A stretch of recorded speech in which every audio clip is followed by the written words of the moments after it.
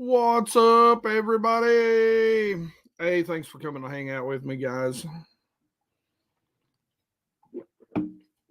I do very much appreciate it.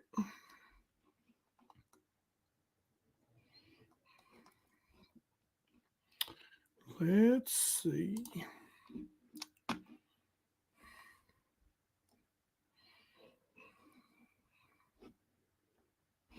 Are we in? Oh, you know what? I bet I did this again, didn't I? There we go. All right. I didn't think I made it public. I made that mistake the first time I did this a little while back.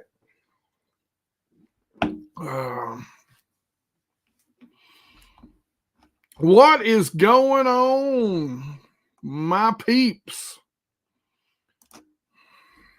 What's going on, Bass? Yeah, man, I'm tired of all the, drama. Sick of hearing it, sick of hearing all the people. What's going on, Ezra? My buddy, Todd Waters. Guys, you need to go make sure you follow this cat. He is a MLF invitational professional angler. And just a good dude, man. I can't wait. I hope I get to go.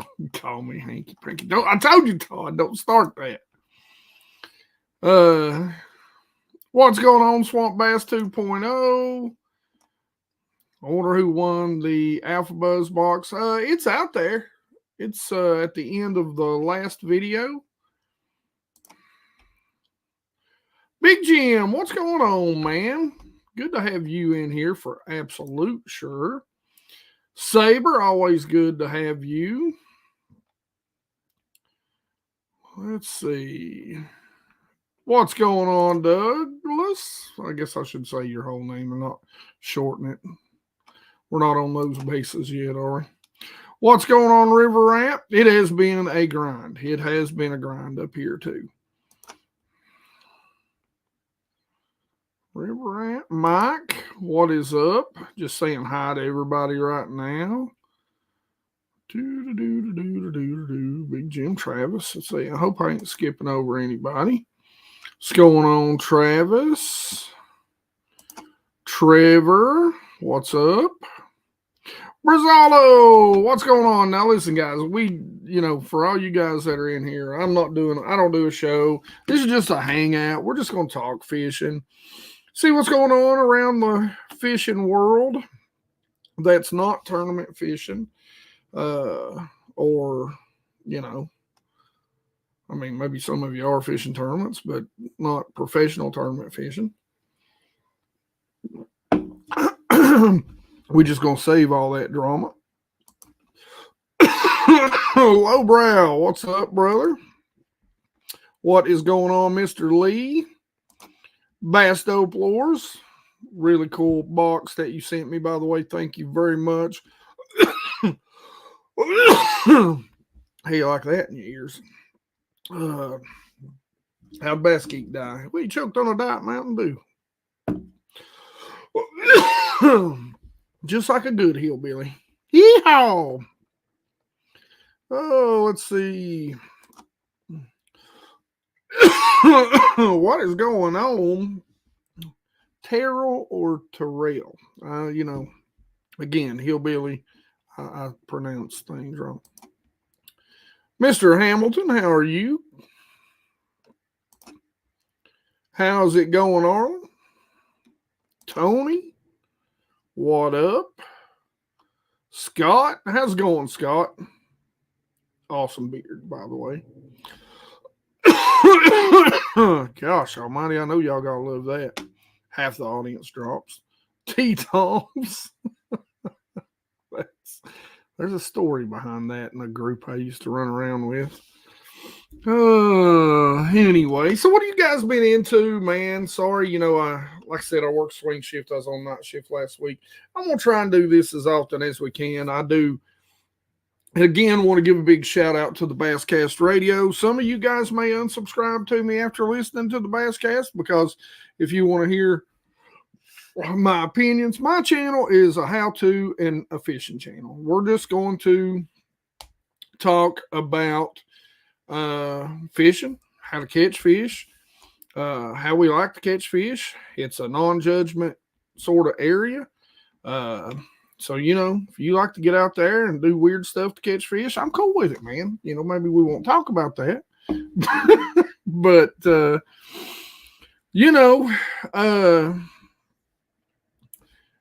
me, like I always say, I'm going to say this one part about forward-facing sonar. We ain't going to talk about it for the rest of the day.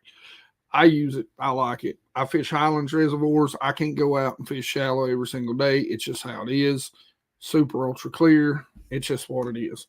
So I want to go catch fish. I'm not out there to, I'm not out there to look at the scenery. I can walk out my back door to do that. And I take up hiking. It's a heck of a lot cheaper. I want to catch fish, period. Don't care what anybody thinks. I'm going to do whatever I can to stab as many fish in their face holes as I can. I mean, stab every one of them. So that's what we're going to say about that. Now, let's talk about fishing. What is it like, my geeks,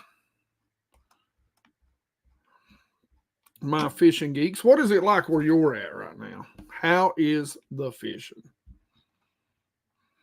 A winged fluke kit. Yes, they're great. They are great. They're very much like the, oh God, I just went brain dead. The Japanese company that makes them. Has anybody tried the Queen's tackle head? By the way, shout out to my guys again at Brazzolo. That hover shaky, daggone it, I can't remember the name of it. I got to play with that the other day.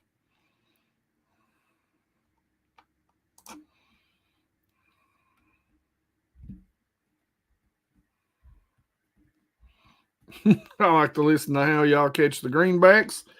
It helps me catch sand bass and spotted bass, halibut, calicos in the San Diego surf bays. Hey, man, that's cool.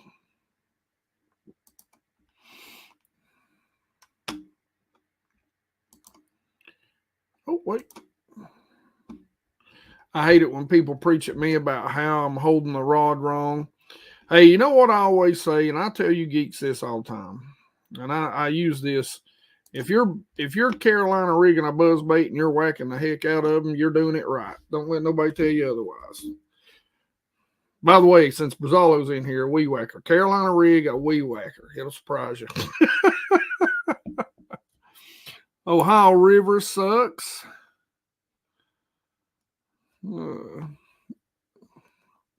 I hope it's a good one.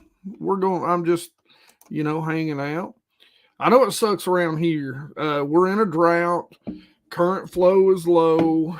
I know I read a thing about Del Hollow the other day where there was I think they found like 120 some odd walleye. Walleye are very susceptible to low dissolved oxygen and high heat. Fishing in my area is starting to pick up. It's still a grind, but getting a couple more bites each time. Man, the last time, listen, and I'll be the first to tell you, anybody want to argue about forward-facing sonar? I have spent a year and 3 months learning it. I am a decent offshore angler. I've taught a lot of guys how to ledge fish over the years. But I went out the other day and fished for 4 hours, and I zeroed with a live scope. And I seen, I'd probably say somewhere around 1,000 or so fish. And I know a lot of them were bass. So, September usually sucks on Old Hickory. Big Jim's giving us the Old Hickory info. I need to come down, Jim. We need to come down. We need to fish together a little bit. Meet in the middle somewhere. Meet right down there in Knox, Vegas, where some okay lakes are. Could maybe go a little farther south to chat. You know what I'm saying? The back bay's starting to pick up. Let's see. Fishing's good down on Trinity River here in Texas. We got 2 inches of rain. Should be good this weekend. Yeah. Throwing spinner baits. The water's cooling off fast here. Never catch a ton of fish, and I usually only get an hour or 2. Hey, but at least you're fishing, just fishing. That's you know, and hey, you catch a few in an hour or 2, you're doing pretty good. It's never good here either, really. You're great. Springtime is the best time. Caught some nice ones on old Scottsboro's minnows. Those are cool. First gen jaw dropper. Man, that bite should be getting hot. I cannot wait for my BR heads and my first gens to start rolling.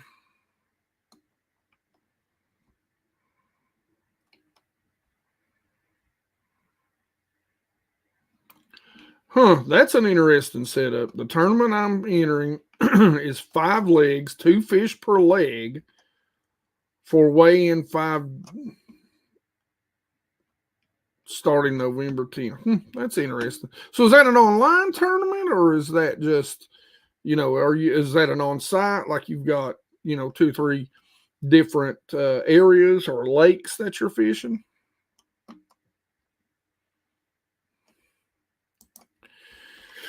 Well, I'll tell you what, Saber, if you've caught 1 big fish this year, you've got 1 more than I've got. So I'll tell you, this whole year has been a grind for me. I mean, I'll be the first to tell you. Thank you for the hearts, guys, by the way.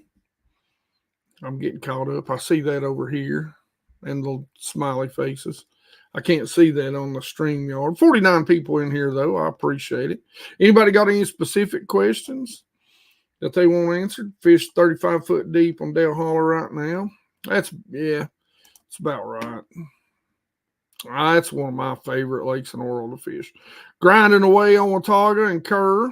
Scott, yeah. That Watauga is one I got to fish more. Really. I mean, I'm really want to fish it more. Probably going to do that this winter. Dates. Gotcha. Travis, catching them here in Dinksville, USA. Yeah. Lucky if I get one over 1.5 pounds. Topwater bite has been disappointing. It's been horrible. What is going on there? Like, I mean, normally I am just, you know, slaying on topwater. Like, you know, my buddy Mike, he couldn't be with us tonight, but you know, normally topwater, man, during the summertime, the bass in my lakes, they've always pulled out in the summertime. And they just relate to shad. And so they'll start busting like in the heat of summer, like, you know, I mean, July. And it'll kind of do that all summer. But golly, you could throw it right on their heads and you can't get them to bite. 9-pounder on Boone. I got to see pictures, Mike. I got to see pictures. I don't know about that. And Florida strain ain't grew that fast. It was at a 9-pound striper. Now that I believe.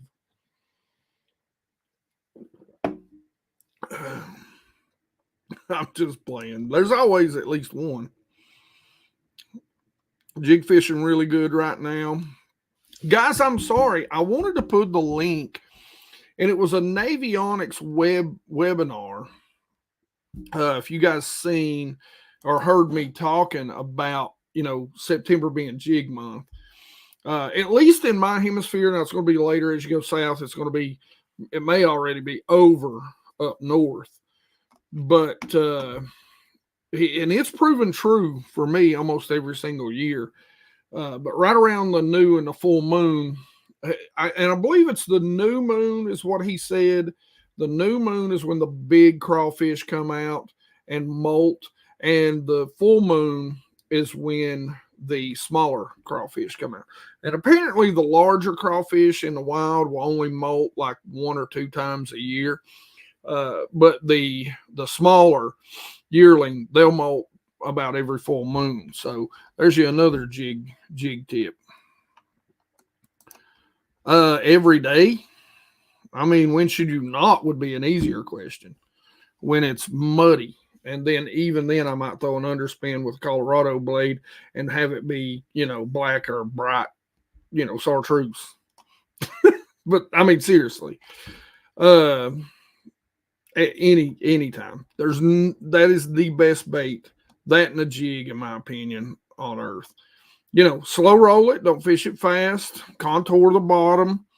I know, Saber, you don't have a live scope, so just contour the bottom, man. Be ticking, the bottom every once in a while.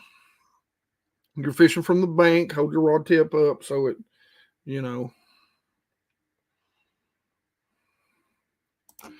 Thunderhawk, what's going on, White? What is going on, man? I just got a bunch of cool stuff from them. Something for this winter I can't wait for. Hopefully that bite pans out. Been rough for me on Lake Lanier from the banks. Yeah. But the good thing about Lanier is there's a ton, but those fish, that's the problem about fishing big lakes like that, and especially spotted bass during, the heat. They pull offshore. They pull off those and get out there deeper. Fall transition is about to be on. Yep, it's getting closer and better. I noticed that our nighttime temps last night were down this morning when I went to work, it was like 52, which is well below what it has been.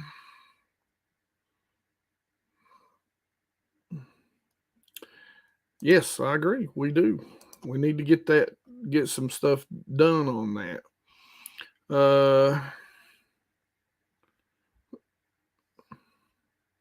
Wood Creek Lake.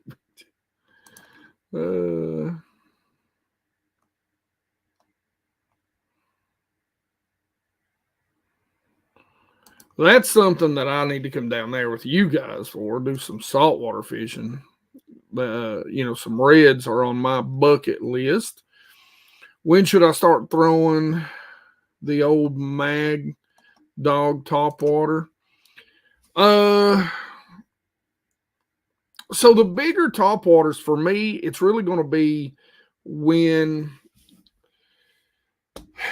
it's going to be about the bait that you're in. I'm not throwing a big topwater this time of year. I'm going to throw that a lot of times in the summer, or I'm going to throw that when the shad are up there spawning. Now, it depends on the type of bait fish that are in your body of water. If you've got big panfish, bluegill, that's what they're feeding on primarily. Well, that's a little different. You can start throwing that, especially in the fall once the feed comes on, up shallow, around brush, around laydowns. I'm gonna throw more of that smaller bait because most of the bass are feeding on that normal size kind of sexy dog or something like that. Because there's just a ton of small bait fish right now, and there will be all the way through the fall. Been doing okay with medium diving black crappie pattern crankbait. That's a cool color. Nothing a real size, but several pound and a halfers. So, hey, that's another good question for you guys. What is your average? And I know I can do polls on here. Sorry, I'm so unprepared. I'm just hanging out with you guys. Maybe I can't do polls because I'm not paying for it anymore. Anyway, so what is what's the average size bass in your fishery? So if you're going to go out and you're going to spend a day, you're going to catch, for me, it probably up here, it probably is that like 2.5, or down here, depending on where you're at from me. 3-pounders, like I always say, if you can catch 5 threes in any of the largest tournaments in the area that I live, almost year round, I mean, you've almost guaranteed yourself a top 5. Right now, you'd win a lot of tournaments. Last week or so, it's been 57 degrees at night, so it's definitely starting. Now, guys, as soon as that water temperature starts to drop from those summer highs, those bass will start moving.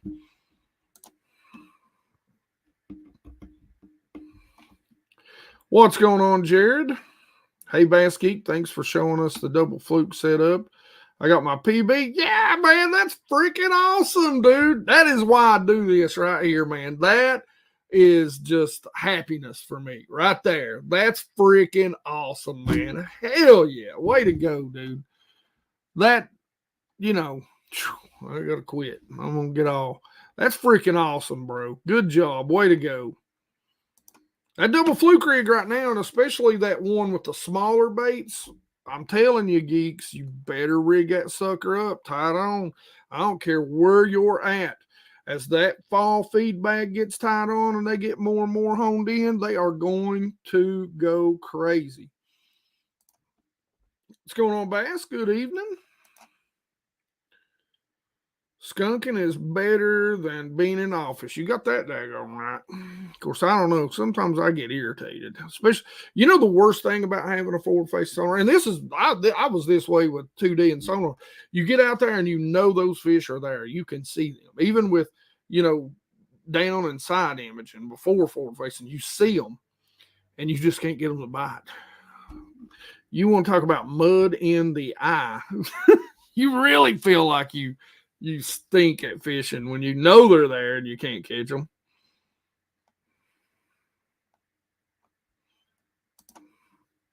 Oh, that's cool. Meet up in Arlington. Let's see.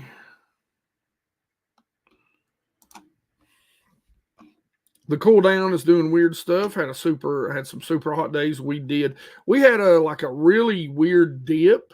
So I think it's kind of confused the bass, along with the drought that we've had, the low current flow. It's got them. I don't think they know what to do right now. Yeah. Cold water, it's still hot, and it's been a slow start from last week. I get you. What's going on, Die Hard Man? How is it going, sir? Hope you're doing well. You guys need to check out his box, by the way, new subscription box on the market. He's doing a good job with that. Just getting it up started. So, anyone tried Rapala Crush City plastics yet? Freeloader, flukes, man. Yeah, I've got some. The freeloader, the flukes are all right. I haven't tried the Mayer swim bait yet. I've got a pack of them, and I don't know. They just look a little too stiff for my liking. But I mean, the freeloader and stuff, it is what it is. Just lately, I'm not even going to try to say that word. It's been doing good. I know what that is. Yama Tanuki. Yeah, there we go. I'm skipping them under docks and sending them down through holes in the lily pads for most of my fish. Heck yeah. I haven't got to fish one of those yet. What's everyone working on for the fall? Technique, improvement? Yeah, good question. Cisco, what are you all working on for the fall? For me, I don't really know. I know I want to try a couple things. I've got some ideas with some spy baits that I want to work on. I don't want to give away too much there because I want to share that with y'all later. I don't know. I haven't really. Fishing's been so bad for me right now. I'm just throwing the whole, I'm throwing the kitchen sink at them at this point. I've noticed on YouTube people have been talking about the MPFL banning. Do you have any opinions on that? Yeah, we ain't talking about that. Okay, look, CR. Well, tonight is a drama night. We're going to talk about fishing techniques and catching fish. And I will tell you this again, shout out to my boys, Thomas, Brian. The podcast drops on the Basscast Radio, which is on YouTube also. I will actually find a link for you here in just a second. Let me...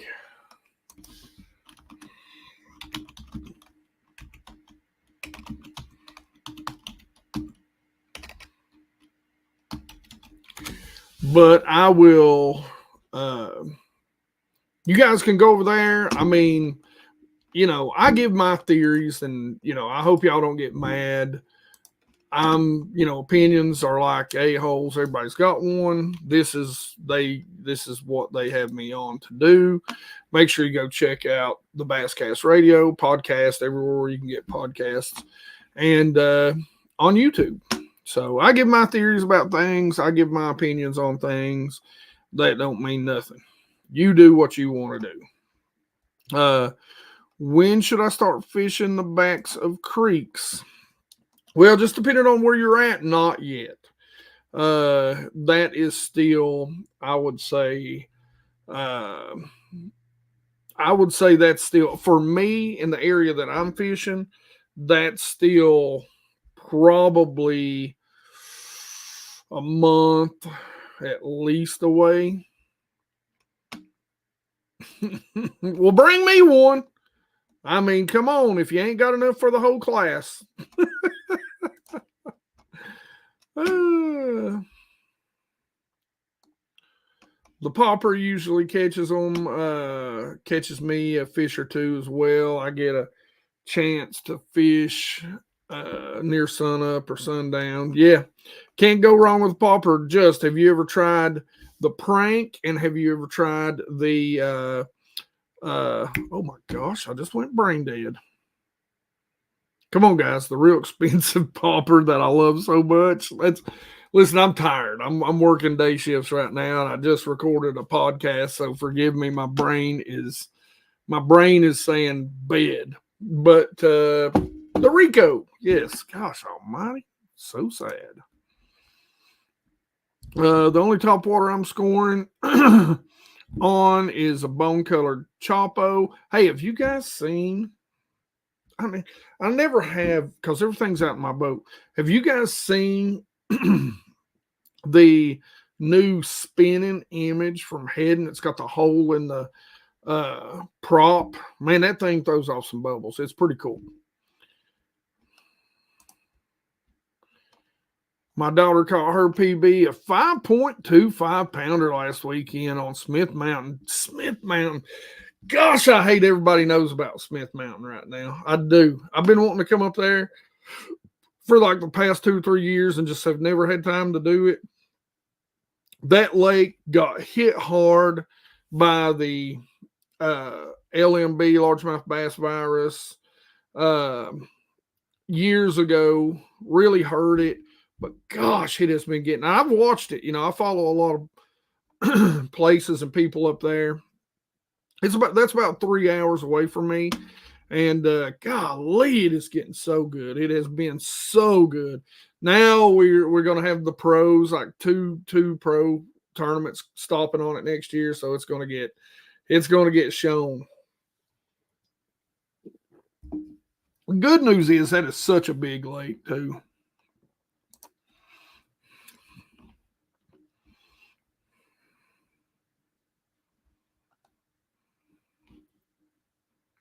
All right, that must be something going on between you guys. I couldn't catch COVID fishing under spin. Well, COVID's going around again down here. I'm trying to stay away from it. My neighbor's got it. A whole bunch of other places. I'm in Texas. I'm catching them in 12 to 15 feet. Last week I got 2 good ones, 6.5, 7.8, not giants.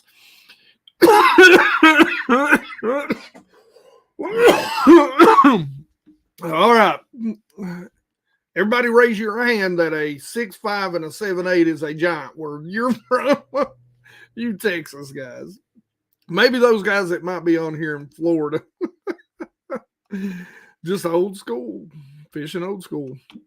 Nothing wrong with that. Oh, it was a largemouth. Trolling a live trout for striper. Hey, that tells you a lot right there. If you can get through the striper, I've always heard on Cherokee and on Boone that they some big largies that hang out with them. Love old school, Daniel. What color is a molted crawl? I do best on like the Alabama crawl color where I'm at. It can be different where you're at. It can be just a straight green pumpkin. It may have a little trace of orange in it. It really just depends on where you're at. But you're close to my area. I don't like. I will tell you this. I don't like a lot of orange. Like it just needs to be a little. Sometimes I'll take a green pumpkin and I'll just take an orange marker to it.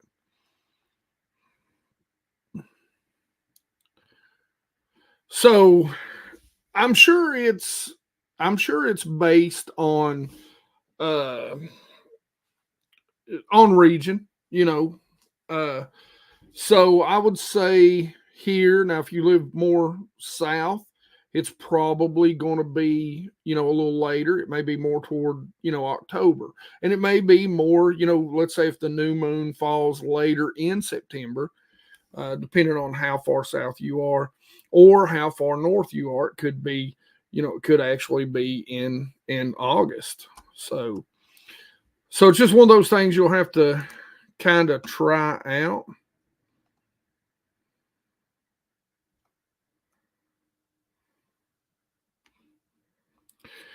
Uh, so a Texas rig Cinco. A lot of times I'll let it hit bottom. I just watch line. Depending on what I'm doing, I may even feed it. But most time, if I'm casting the Texas rig, I don't dress the slack too much. I mean, I don't want too much slack in there because I want to be able to, you know, click, take up, and set. So you can't have too much. But yeah, if I'm casting a Texas rig Cinco, you know, and depends on, are you in, you're talking about casting around cover, you're talking about in the open. A lot of times line size will have a lot to do with how much slack you're going to have after a cast like that.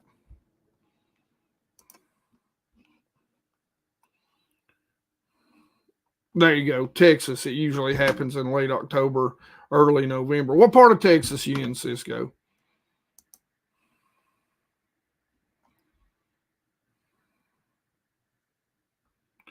Whip out the old A rig. Yep. Listen, I love the A rig. It's more of a you got to have a little bit of wind up here because of the water. Again, I mean you're talking 15 feet. These bass, especially largemouth. Like I always say, smallmouth are angry and pretty stupid. Uh, you know, but unpredictable. Spotted bass, they're just real dumb and real pissed all the time.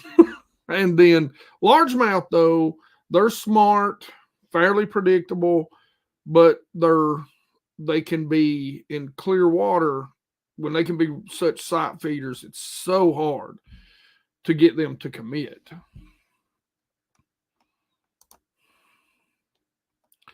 It's 100 in Valley Center, Cali. Caught a 5-pounder last week. It was only 90. Dig the shows. Thank you very much. Have FFS. FF. Did I say too many FFs there?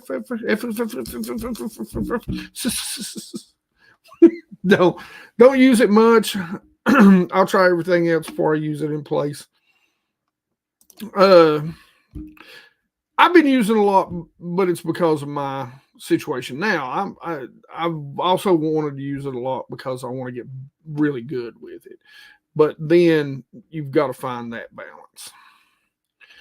And I don't mind talking about forward-facing sonar, guys. I just don't want to talk about all the hate and stuff. Look, if you like it, you like it. You hate it, you hate it. You fish the way you want to. Be happy. Fishing is happy. Let's, as I say, let's make fishing fun again. In Michigan, the grass is so super thick in the lakes I fish this year. A few lakes killed off a bunch of vegetation because of a major blue-green algae bloom. I don't have a lot of vegetation here. That's probably a huge weak point of mine is fishing grass, just because I live in these highland, real rocky sort of areas. Oh yeah, bass will eat a goldfish. Yes, it's fun. But yeah, they'll eat the crap out of a goldfish.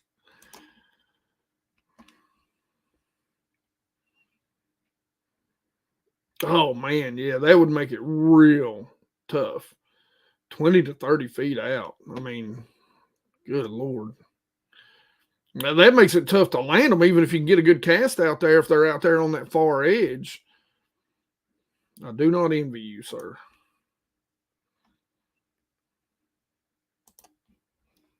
Let's see. Yeah, I want to come down there.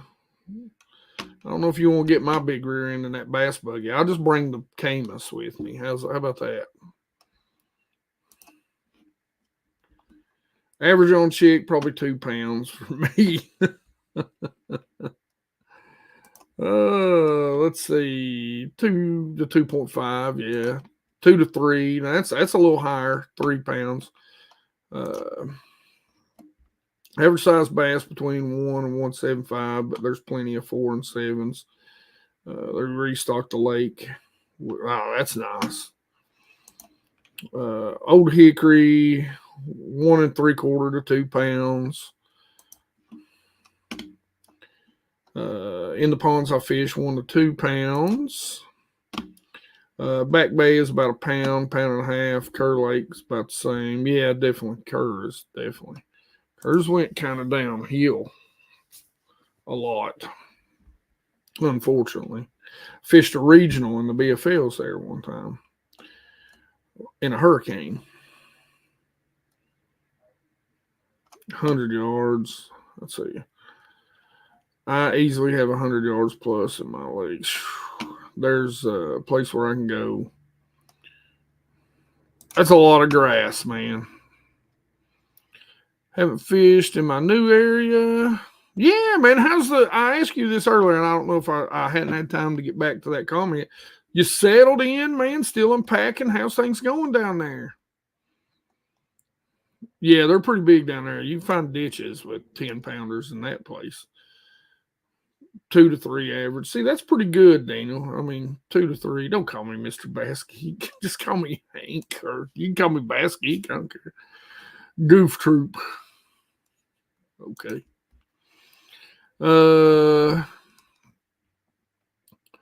Where should we look for bass at the very beginning of the fall transition?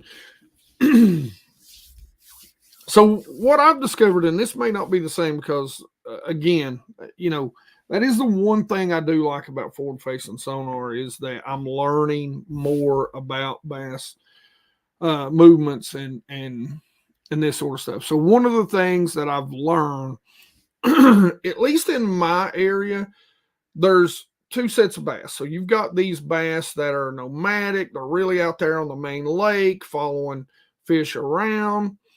And then you've got creek bass, right? So you've got these bass, they'll be in a creek all year. They live there because it's deep, where I'm at. And then as they drop the lake, those main lake bass will tend to go to the deepest area for their winter haunt. So they'll make their way there.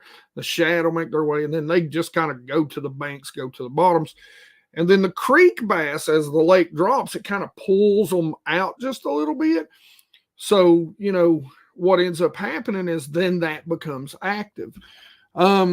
So right now, again, depending on where you're at, I would absolutely be starting from those mouths of the creeks, those main lake areas, and kind of working to steeper, deeper areas. But those stopping points along the way, find shad. I always tell people to find shad this time of year. I don't care if you got a forward-facing sonar, it has nothing to do with it. Find the shad because you want to find, that. And a lot of times this time of year, if you sit and look, you'll see shad on the surface. And so you find the bait fish, you'll find the bass. Go fish those points. And I'll tell you something that I've really discovered, and this is a little bit that I really haven't told anybody. It amazes me, and I think it's because of pressure, but it amazes me how big of schools they'll be of people who are, or of bass that'll be sitting on these, I don't know if you want to call them secondary points, but very small points, right? Like, so everybody, I think over the years, everybody's went and fished those obvious and pounded those obvious points. But look adjacent to those at some little point that might be the size of the deck of a bass boat. You would not believe the amount of bass I have found, like schools of bass on those little adjacent points near those, or sticking out somewhere where they like to be on a bluff wall or something like that. It's blown my mind. I don't know. I do appreciate that. I'd love to get there. But I tell you what, I would take 30,000 subs. And I don't even like that word. I'd take 30,000, fishing geeks who are engaged, like you guys, who support the channel, who hang out with me, over 1 million. And, half of them watch whenever. I'd rather us be a community, be friends, be able to talk, be able to share the things we like and we don't like without it being drama and hate. I mean, it's cool, man, if you don't like something about fishing. I think some of the biggest things about bass fishing is that we forget not all bodies of water are like our bodies of water. That there's such a diversity in depths and styles and watercolors and fish habitat, and that not everywhere fishes the way we fish. We're not going to be able to go and fish the way we fish in a lot of other places, and we need to give that sort of understanding to other people, because there's a huge difference in fishing the South Carolina lakes that I've got, which isn't very many, with my buddy Joey, and then coming up here, and I mean, he'll tell you that. So, but thank you, by the way. I'd love to get to 100,000. It would make me very happy. Yeah, you'll catch more bass. Yeah. 2 and 4 pounds average. That's a pretty big average. I'm a kayak fisher. I have no idea what the weight of my bass are.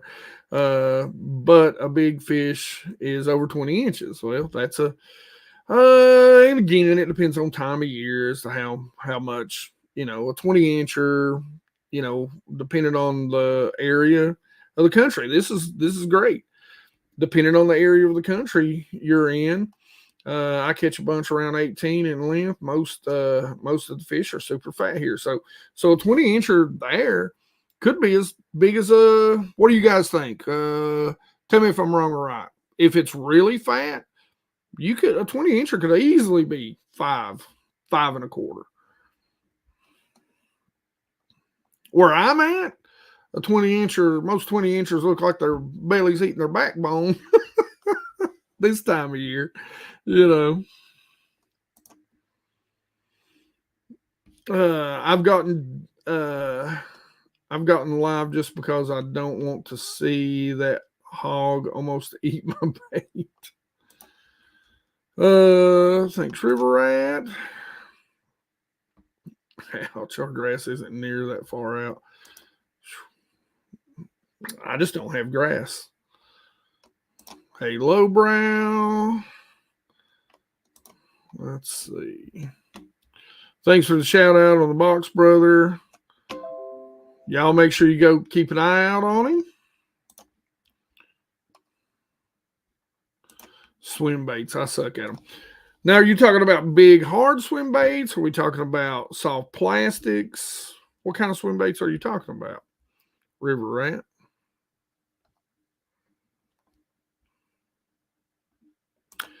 Yes, a free rig is great this time of year. I'll tell you when. So right now, again, it's still, the water temps are still pretty high. It's still pretty hot. If I'm throwing a free rig, and a free rig is such an underutilized deal for like we say points or around stumps, that sort of stuff. It's so good for like target fishing, right? With something like a like a Nico worm, something that's going to float, because you can target this one thing, or you can throw it into a brush pile and let it kind of float up. So it's so good for that sort of stuff right now. It gets real good. So as the water gets colder and colder, I would say as the water gets down in my area, probably somewhere there's a really good, and this is when a glide bait here gets really good. I don't want to get too cold, but we're going to say low 60s, mid 50s, that the bluegill population is up and the bass are starting to come up around wood and those brush piles and those laydowns. And that's when like spinner baits work real well. Glide baits work real well because they're focused on those bluegills. And that's another time with like, a worm and a jig thrown into brush works real well. Let's see. Oh, by the way, the BASSGEEK Radio, there's the podcast. I'm co-host on that. You guys go check them out, man. I'd appreciate that. We have a ton, like I said, we've talked to John Cox, John Cruz, Greg Hackney, Mike Iaconelli. There's been a lot of really good info. We're not having a lot of guests on right now because, the pro tournaments are pretty much over. So it's just a lot of conversation on what's going on in the fishing world right now. Thoughts on the Megabass Sleeper Crawl? I've not used it. I've seen it, but I haven't really played with it just yet. So I'm trying to build the best 5 baits for fall transition. So far, I'm going with flipping a jig, an underspin on 3/8 swim bait, fluke, yeah. Any recommendations on the other 2 baits?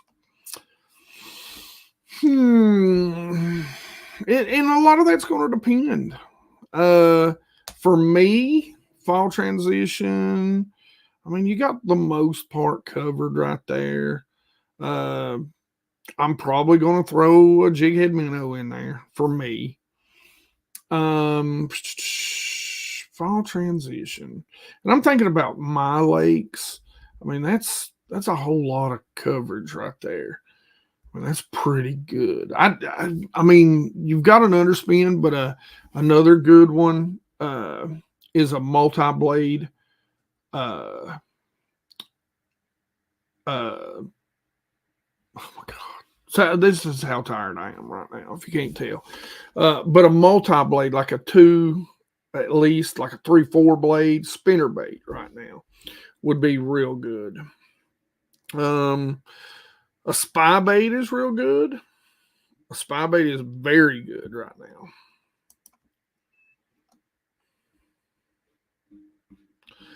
Yes. Yep, to match the hatch. I will tell you this. I wish they would make the alphas, because it's such, if you've got shad, like the minnows are great, but I wish they would match the hatch with the alphas because they're such a actual shad shaped. What's going on, Sherry? Tony says, how is Tony? I tell Tony I said hello. Oh, one of the best months for catching reds. I'd like to go do that. My buddy Ben, how's it going, Mr. Bunting? And let me tell you, that don't look nothing like Ben right now. He's got the wild man. He just retired. Congratulations to Ben for retiring. He's got that big, beautiful beard. I mean, Grizzly Adams just going right now. He looks all official. Oh, yeah, DT. Transition, though, I don't know. Transition. I mean, when they're first moving. You missed the good stuff, Mike. I mean, the really juice of the juice. You better go back and watch this. No, don't. Don't waste your time. Got any cool gear close at hand to show us? You know, I don't know, man. All the real cool stuff is in the boat right now. I mean, I got a ton of stuff.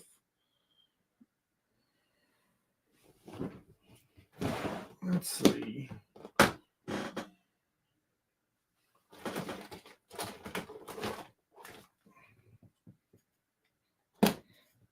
Here's something. Here's just some cool swim baits to be on the lookout for.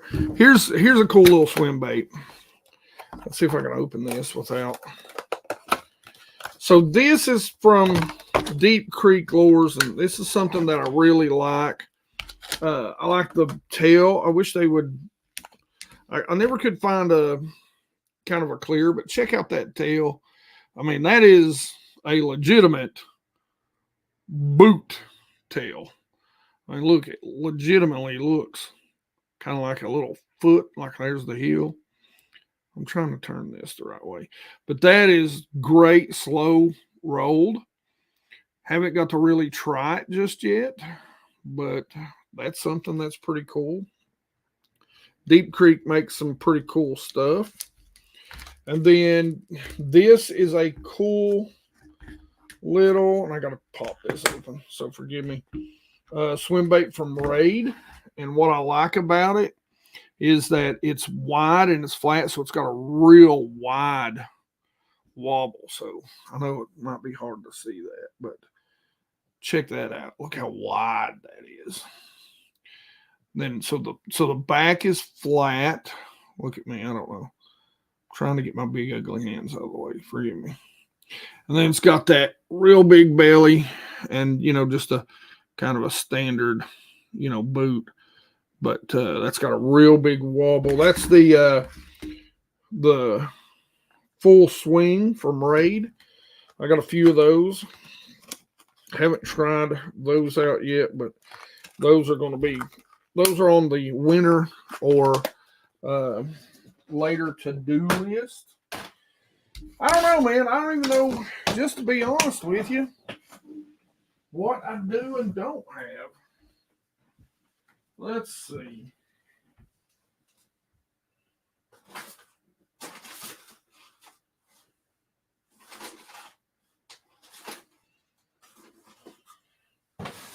Forgive me, guys. I know I should be over there talking to you.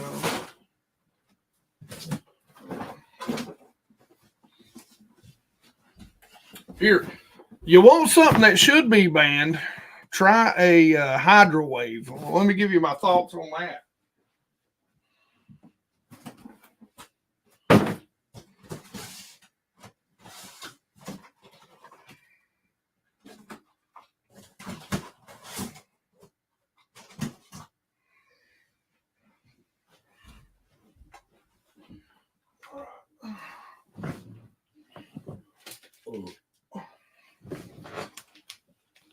I know you guys have seen this, so here's a really good little, if you like fishing a drop shot, great little bait right there by X-Zone.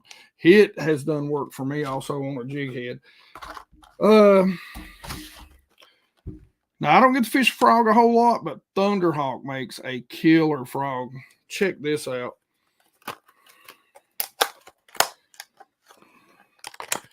What I like about this little frog is man, it is. Look at how it's designed. So when the bass, hey, look there.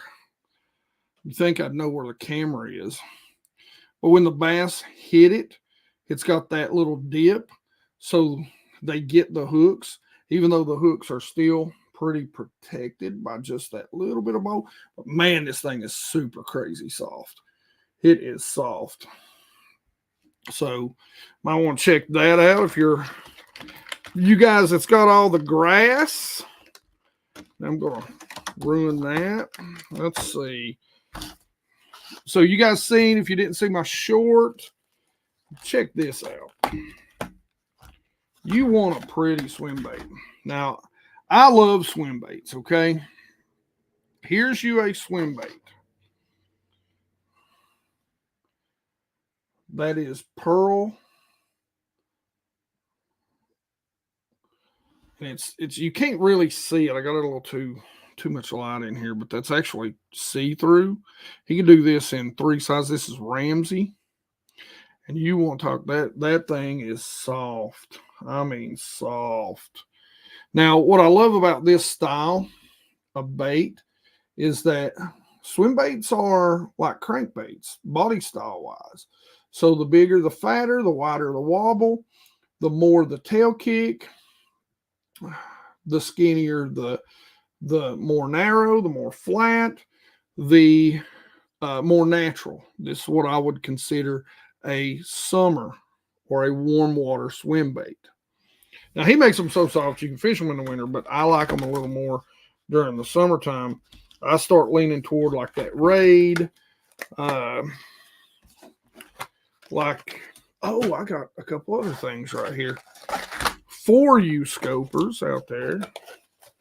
And for you not scopers too. What did I do with them swim baits? I just lost those. What did I do with those? I just literally lost those Deep Creek baits. They were sitting right in front of me. I have no clue what I did with them. So we'll just set that over there and we'll see if we can find that. But check this out. Now, I haven't even opened them. This is the new suspending forward-facing sonar from Booyah. I mean, it's a good-looking jerkbait. Very good-looking design. But it's got that little metal head, little blade in it, because it's going to rest like this. So you should get a pretty good reflection. We'll find out if it actually works. We'll play with that. And here's what I was going to show you earlier. Now, this is a 3/4 ounce, but they make a 1.5 ounce. And during the wintertime, I was fishing for some smallmouth down in 80 foot that were chasing alewives, giant balls, not over 80 foot, in 80 foot of water on the bottom. And I guess I can let this out now since I got these. I was taking a Damiki vault. I was taking the hooks off and tying on 65-pound braid and putting on 2/4 ounce tungsten weights and then hanging the hooks underneath those to get it down quick enough, because that's another thing that you guys caught up with, Rico, that man, that forward-facing sonar is telling us.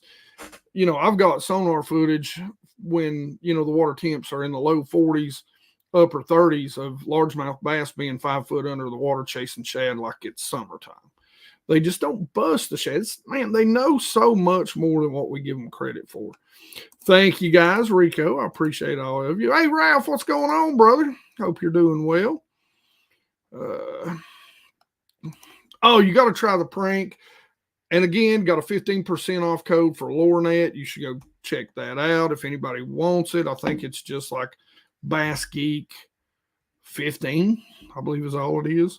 So if you ever need anything, Mag Pop. I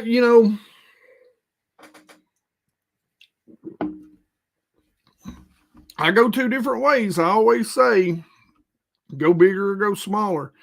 And there's a lot of times they're seeing the same sort of thing.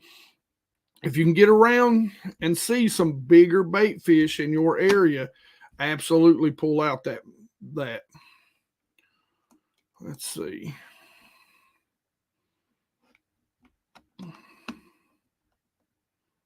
Neglected my buzz baits. Yes, you got to get back into throwing those buzz baits. Those ploppers are so good because you can stop them and they still float. But that buzz bait, I call it all the time. It is the the jig of topwater. That buzz bait is a big bass catcher. The splash is good. Ben sent me an original one of those, which is pretty cool. Ben sent me a couple of cool things. An original pop-R.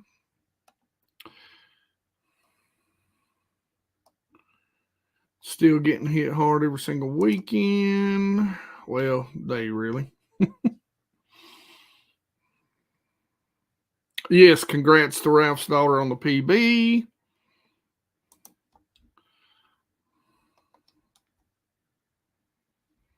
I appreciate you, White. Listen, I just like to have fun and talk about it. I mean, and that's what these are. Like, I don't want to have a show. You guys might get bored with me, but I just enjoy reading the comments. You know, we might have some guests on, but for the most part, this is where we can kind of hang out and get to know each other a little bit better. And yes, I'll pay for the drinks, okay? We just had a 50 boat tournament on my lake, 643 acres. Winning weight was 8 pounds. So, yeah. Well, the lake that I've been fishing, don't worry, it's quite a bit bigger than that, but it was 10 pounds. And it was a night tournament. So, Smith Mountain Lake is epic. Yes, it is. Yeah, they need to. But you know, Kerr is on the border. I don't know how much of it is in North Carolina, so it's always so hard to get two factions like that to work together. Oklahoma crud. Uh-oh.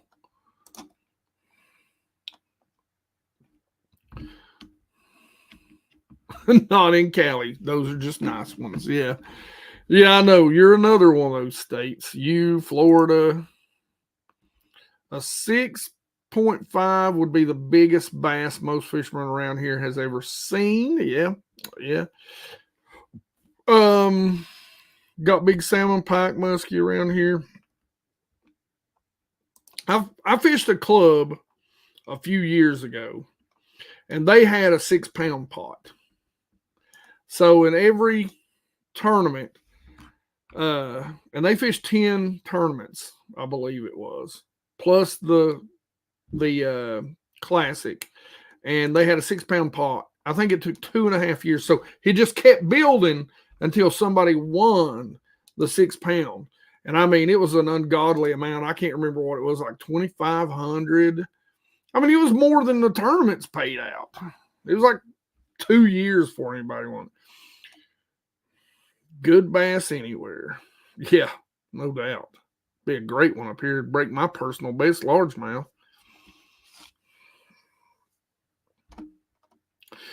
That's how I always started fishing it.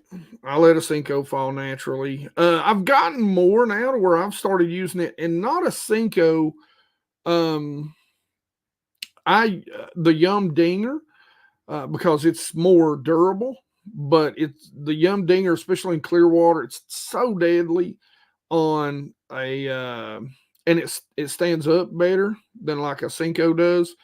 But it's so deadly on a shaky head, on a Texas rig, especially in that clear water. North Texas, you know, the gold standard of fishery management is Texas. I mean, those guys know what they're doing. What's your opinion on baits that look like goldfish? I don't know. You know, I've never tried them, and maybe I should. So, I mean, I'm like all bass anglers. I get, you know, stuck in that rut of thinking. Love those smallies. Yes, I do too.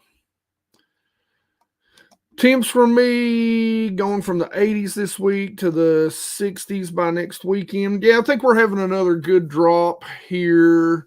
I think we're in the 80s right now, but I think we're going to see mid 70s next week. Nighttime temps, I think we're supposed to see what might be a new record low. Or close to it. I mean, we're talking like 40s. Now listen, I love summer. I love summer. So I'm not one that really wants to see it go away. I keep telling people one of these days I'm gonna buy me a place in Florida, and starting from about November, I'm gonna move down there, and I'm not coming back until March. So fishing is happiness. Is happy. Fishing is happy. I keep saying I'm gonna say make fishing or buy me a shirt to make fishing fun again. Again. Eagle Mountain. Sorry guys, I'm just running to Santee Cooper. Has pads and eelgrass. Love Cur has been. It has been it's got the potential to have it. They just need to, there's a ton of bait in it. Just got to get the right strains in there. Unpacking fishing boxes this week. Should be fishing next week. Nice. Let's see. How long do you throw a bait before switching to a new one, or do you switch areas first? I understand it's mostly situational. It is, but something I think about a lot.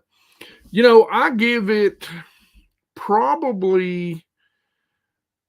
I mean, it's different for every one of us. There's certain baits, certain colors that I feel confident in, and I'll throw. They'll just be tied on all day, and in the situation, I'll throw them. But if I'm trying something new and I know kind of where there's some bass, and a lot of times that's a key, guys. Don't try something new when it's tough. Try it when it's a bite that you know is happening, and that bait can be fished in that water, that part of the water column, or that type of cover. That's how you gain confidence in a new bait is understanding when and where it works real well, and then trying to throw it and see how the bass react when they're active. Because if they're not active, they're not going to eat it. They're definitely not going to eat it when they're not. So, so when I'm testing a new bait, I mean, it's not going to be long. I mean, I'm not going to throw it very long. 15 to 30 minutes, 45 tops, and that's a lot. Like, I mean, if I'm casting a lot or I'm just cycling through, it'd be 45. But if I'm really throwing something, I'm not at least getting a nibble, some sort of indicator to tell me that, hey, we like this. Now, what really gets you is when you pick it up and you throw it 2-3 times and you catch a fish on it, and you found that one dumb fish. You never catch another fish on it ever. My guy, Big Dog, I got to get you on here one night too. We got to hang out. Me, you, and Debo's got to get together. I know we kind of let Debo hanging. Saturday nights are so bad for me because that has kind of become my day off. And when I spend time, and I know that's when Debo does his lives, but I've got to get permission from the wife one night so we can do that. But it's good to see you, brother. Good to see you. If you haven't, you don't watch Tackle Junkie, make sure you go check him out. Yeah, Shad on the bank for a week or two when the water changes, but only for a bite in the AM. Yeah, they'll pull back out. So here's something that I've also learned. Shad, true shad, like they like the sun. Gizzard, not outlaws. Gizzard, threadfin, American shad, they like the sun. And even in cold water, they will pull out and sun. They like those UV rays to heat them up. And I have seen water in the upper 30s, lower 40s, where those shad are out there 5 foot deep. And if there's going to be shad out there 5 foot deep, I can promise you there's going to be bass out there 5 foot deep. And that's in that we're talking January, February. So, which is the coldest 2 months of the year where I'm at.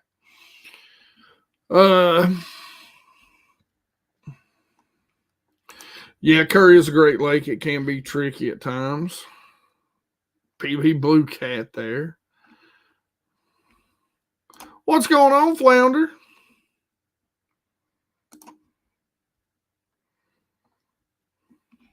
I feel like after fishing the past weekend, most of the bass are out roaming, looking to eat. Shallow 4 to 6 or in 8 to 10 range. Even little packs 3 or 4 bass holding on structures at times. Again, yeah. I mean, where you're at right now, yeah, they should be getting started. TJ. Yeah, pretty pleased. Pretty pleased. Thank you, Tom.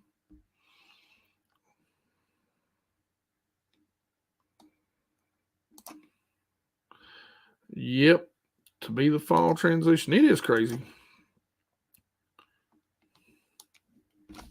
I got a dog Peter gnat in here flying. If y'all don't know, that's hillbilly as it gets right there. Sorry if I offend anybody.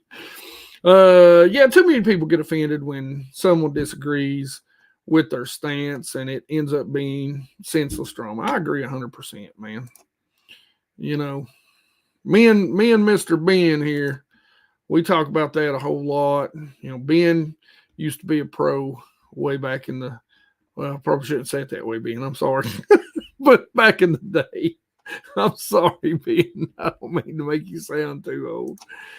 But yeah, you're right. You're right. I agree. You know. Thank you, Justin. I just like to get out there and catch fish, man. I mean, that's it. I'm no pro. I'm not the greatest angler in the world. I'm out there learning, and you know, I've got to do all I can do. You know, I've learned a lot. It doesn't hurt that you're on my local lake, Lake P. That's been a fun lake. It's been real tough. It's got a lot of pressure now.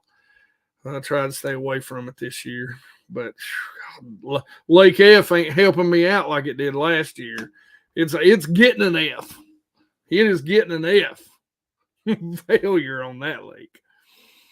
That's so true, Hank. I moved Central Florida from Upper East Tennessee. It's a world of difference. Yeah, man. I mean, you know, that, like I said, that goes back to what I said. And good to see you, John. That goes back to what I said. What's going on, Dave? You know, everybody has to realize that their fish, their waters aren't everybody else's waters. I mean, I can't take every single video and sit and say, okay, guys, listen, I don't know what you fish, but you know, you guys would click off. You'd get super bored if I explained exactly the type of lake I fish every single video from the start. Okay, don't get mad. I'm using forward-facing sonar today, and this is why. All these fish are out here in the middle, and they're 25, 35 feet deep, but this water is 15 foot clear, and there's no current, and it's drought, and you know, that wouldn't make for very good videos.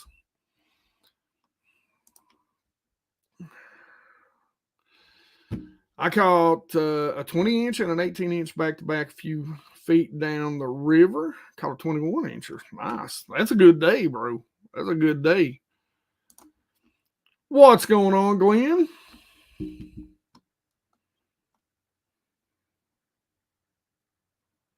No, I do not. So, you know, with forward-facing sonar, of course, I stay back. If I don't have forward-facing sonar, I'm going to do a few things.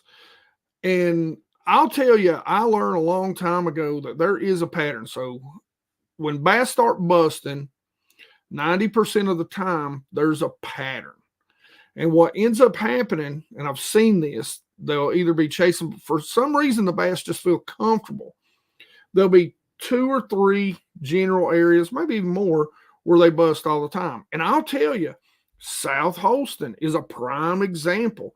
I've been out there, and if you touch your trolling motor, they will not bust. Like, you have to just sit dead still and just, just drift and hope you're in the right place to be able to make a long cast and catch them busting topwater. And I've caught, I've had days out there, not huge fish, but where we've caught, 70, 100 bass before.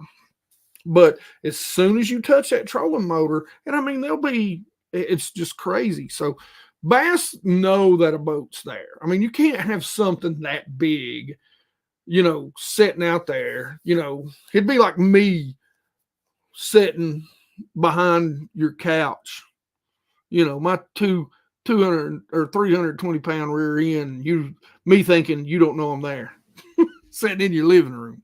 Be like, what's that fat weird dude doing over there? Who let him in? And that's a big thing I keep trying to stress to people, because I've seen it happen with the ledges. You Tennessee River guys, if you're out there, if you're on here right now, man, and you're old school fishing out deep, it's not like it was 10 years ago. Those big schools have been broken up. They've been beat on, and that's what's going to happen. I keep telling people, here's the difference. All these bass, since the time the lakes were built or fished, some up north might be 100 years, some down here 60, 80 years, all those fish on the banks have been getting pressured since day one. These fish out here, they're not used to being pressured. That's changing fast now. So things will even out as we go, my opinion. Some lakes are just built for it. I think I done pressured the ones I was catching last year like crazy to death, because they sure ain't eating nothing. In Cali, you catch a serious fine for using goldfish. I think it's all right here. I don't think there's anything against it. I don't know. I might be lying. Be careful. Check your local, rules and regulations.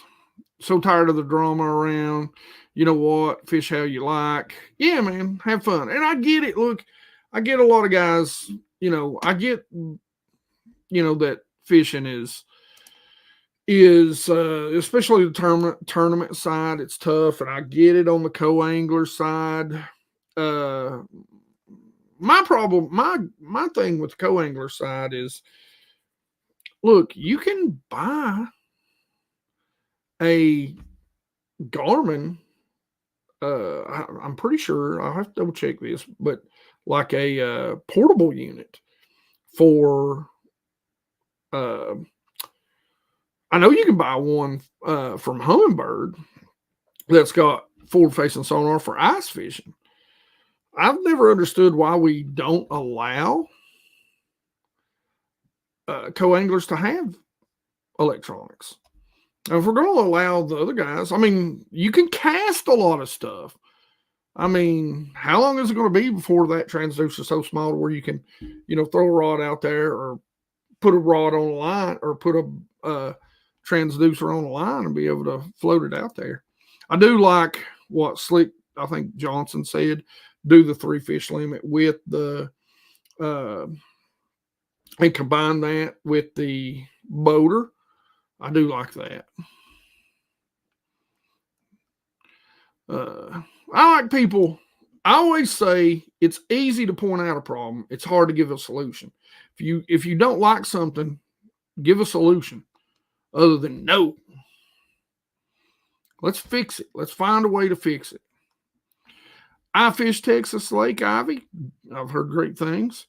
If you mention you saw it on BASSGEEK Live, I'll show you spots free. Don't give away your holes, man. What are you doing?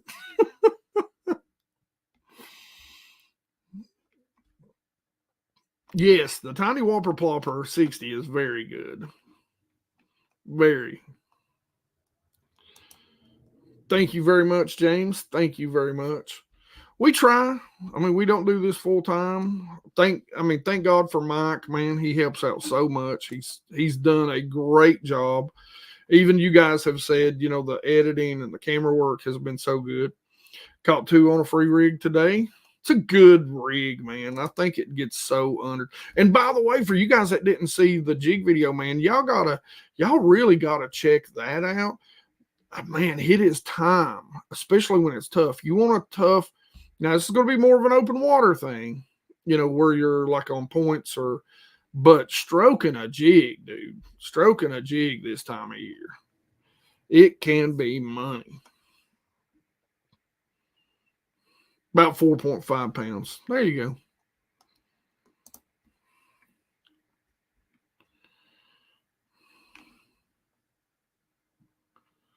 Private trophy pond. I just want to come down there and fish that.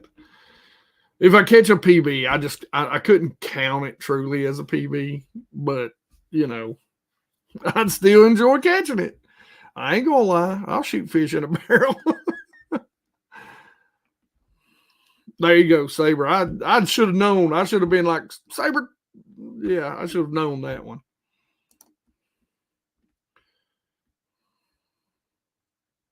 In clear water. Ooh, gosh, that's a good one. A lot of people like black. I like green. The water is green where I'm at, and I fish a lot of, green pumpkin, watermelon, that sort of stuff. It's probably just in my head. I'm going to say, does it really matter? I mean, as long as you're not throwing one that glows in the dark. Yeah.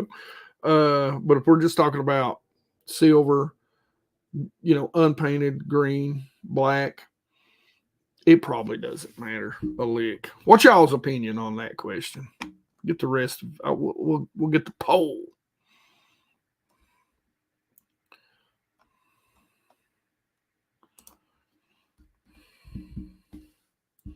Nice, man. I hope you like it. I hope I'm not too. I let it rip on there sometimes. They like me to get a little torqued up, so I kind of let it out. I hope I don't offend anybody. I can be a little mean. Lipless. Yeah, lipless is good for the fall. Oh man, it's in the boat. Guys, you want a good lipless crankbait? He makes a silent one, and that is Thunderhawk. And I'm not sponsored by Thunderhawk. It's the treble hooks have they spin, so they're not like very well made, little lipless. Good. What's going on, Mad Matt? Lord, sorry, I butchered that name. That's again how tired I am. It is, brother. I hope all is well with you. I haven't thrown the coal shad yet. I want to. I haven't really got to see the action. I need to fish that bait, but it's probably going to try to fish it a little bit this fall. Looks like shit.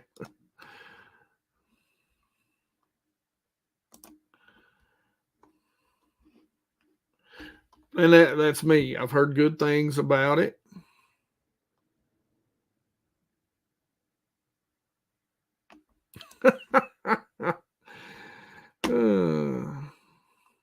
Good Lord.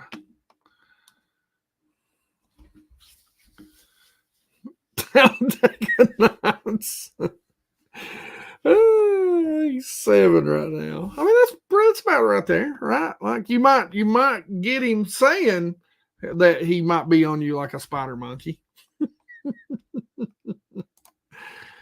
Oh, you win the internet. Agreed. Y'all ain't funny. Yes, Ramsey swim baits. Yes, sorry, those are Ramsey's. Ramsey swim baits. I think it's just Ramsey.com. Here, let me see if I can find it. Maybe Ramsey. Yeah, Ramsey Baits. .com. Here, I'll put a copy. Man, he makes some killer. And if you give him a holler, he's probably gonna kill me for this. But if you give him a holler, he'll make whatever color you want. But he's got some really good stuff. Like I said, I like his swim baits a lot. The guy is a freaking genius, too. That's a whole show. I should make him come on. Ramsey baits. Similar to the Big Bite. Now, something about the Big Bite I want to tell y'all. That mold has been out for years. Big Bite just went out and bought some. That is a universal mold. You can go buy them yourself.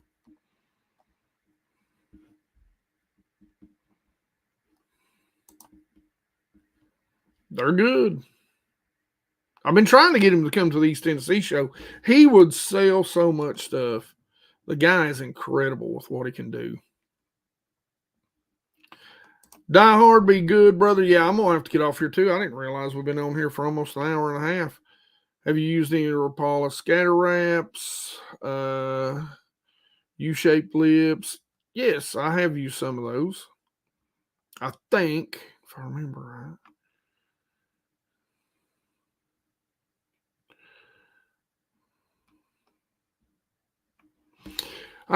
I haven't used them a lot. I think I have some over here somewhere.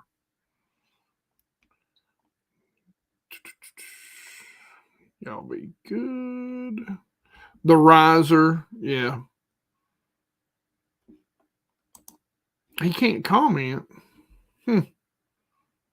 I'll check that. Make sure.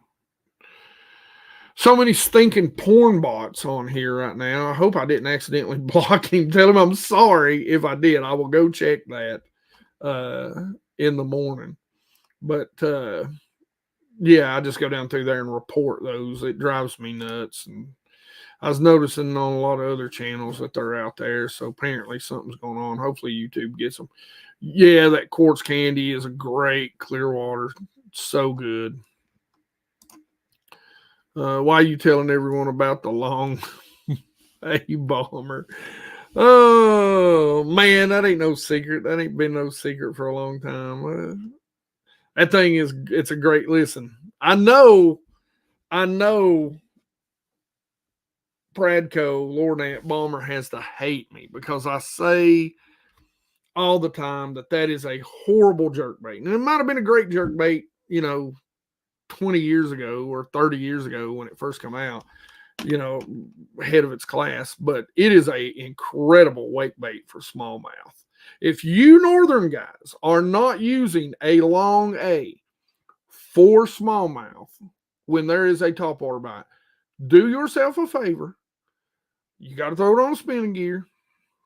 It takes some, it's not going to be one of those things you're going to just throw out there. It takes a little bit of learning, but go get you some.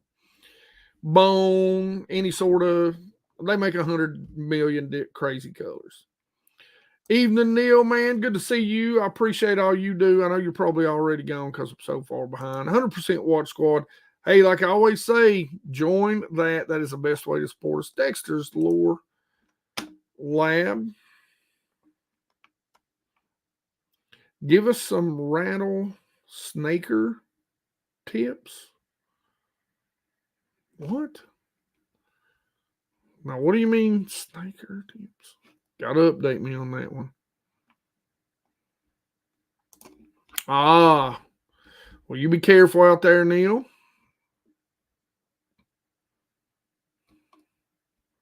One Fish Wonders, yes. They are. They are indeed.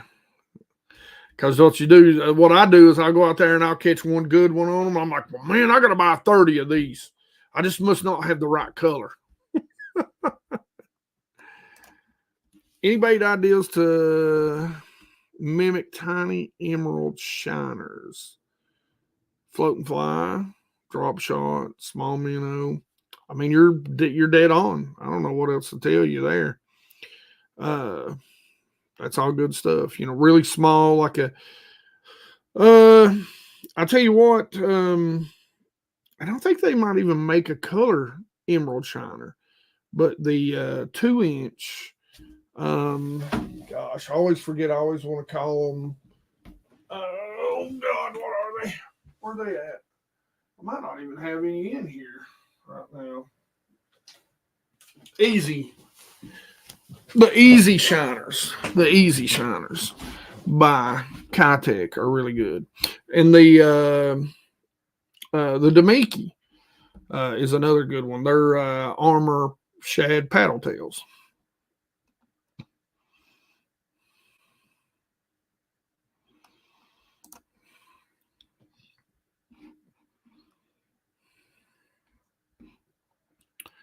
Let's see. Anyone have some medium heavy rod recommendations? Okay, man. I gotta throw this out there. Go. They just revamped the professional series of TFO.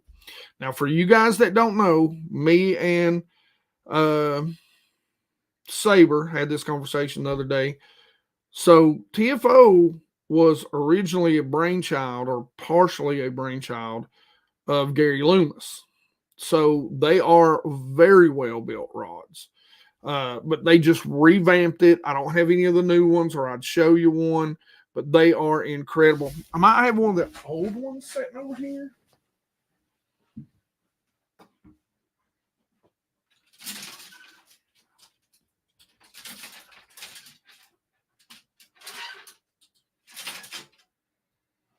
No, I don't.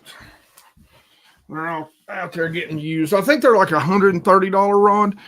And then the Taction, which is like my favorite. I think it's right in that range. But go check those out. I don't think you'll be upset at all. Carbon lights are good for the money, very. Bass Pro makes some good rods. That's right. Make fishing fun again. Mend it does pay for itself.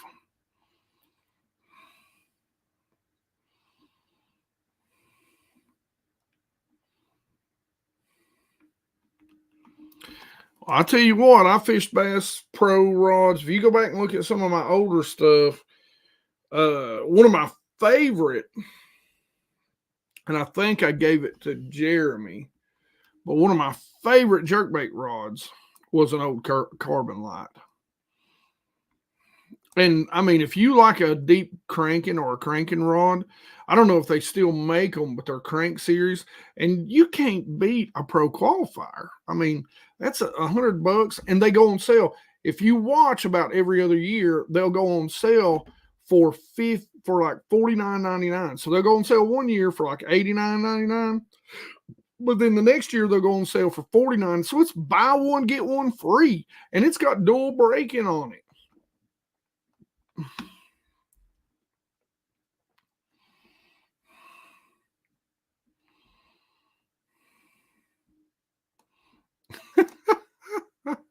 Yeah.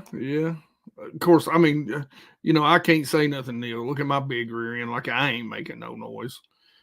I mean, if you listen to my fishing videos where I'm making that boat creak.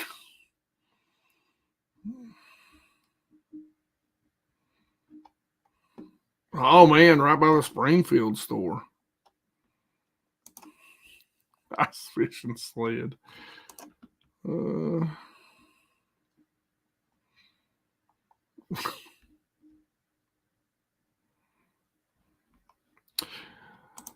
Yeah, I mean, it's hard to beat Dial and Shimano. I mean, really, when it comes down to it.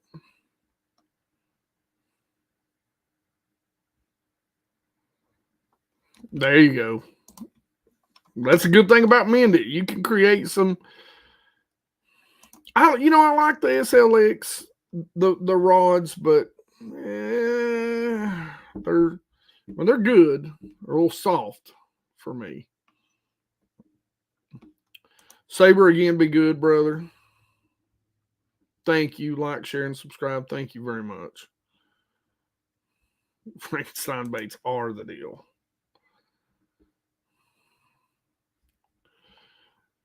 Big Jim, I must have missed you leaving, buddy. I appreciate you. Sorry it's so late, guys. These live streams will be late. I do appreciate it. I'm going to scroll down through here. All right, I'm at the end. All right, geeks. Fishing geeks, I love you. We're going to call it a night. Anybody got Little Dippers are great, by the way. Right there. Rattle insert. I ain't really tried that. Yeah, I guess it, the rattle, inserting a rattle into any sort of like stretchy plastic like that. Time to place an order. I'm sorry, Brian. I'm sorry. I didn't mean to do that to you. Thank you, Ralph, for what you do. Thank you, geeks, for what you do. I never got into this thinking that I would have a shot at doing this for a living. Man, this is nook and futz. So thank you. Bear with me. We have to get over a hump, which means we have to, just pump out a lot of content. We have to grow the channel. But we are going to get there, and we are going to do the things we want to do, and we are going to make this fun. So love each and every one of you.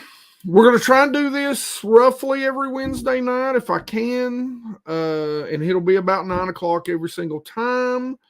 So again, thank you. I really do love each and every one of you. I love each and every one of you guys. I always say, I've said it for years. You can go back from the beginning. There's not a daggone thing special about me. I'm a fat, tooth missing redneck from the hills of Appalachia, and that just likes to talk fishing and go fishing and learn and catch fish. I ain't the best. Some days I suck and think I should sell everything I own, like last Sunday. And but man, I love it. Hey, by the way, when you guys make comments too, when I put a video out, man, share those tips you guys have too. Let's learn. That's what I want this to be. Learn. All right. Love you, geeks. As always, you geeks rock. Ben, I will try to holler at you tomorrow. If not, give me a minute because I'm trying to get some stuff ahead and get scheduling, trying some new stuff so that I can have a little more free time. We'll talk about all that later. Anyway, geeks, love you. Be good. Fishing is happiness.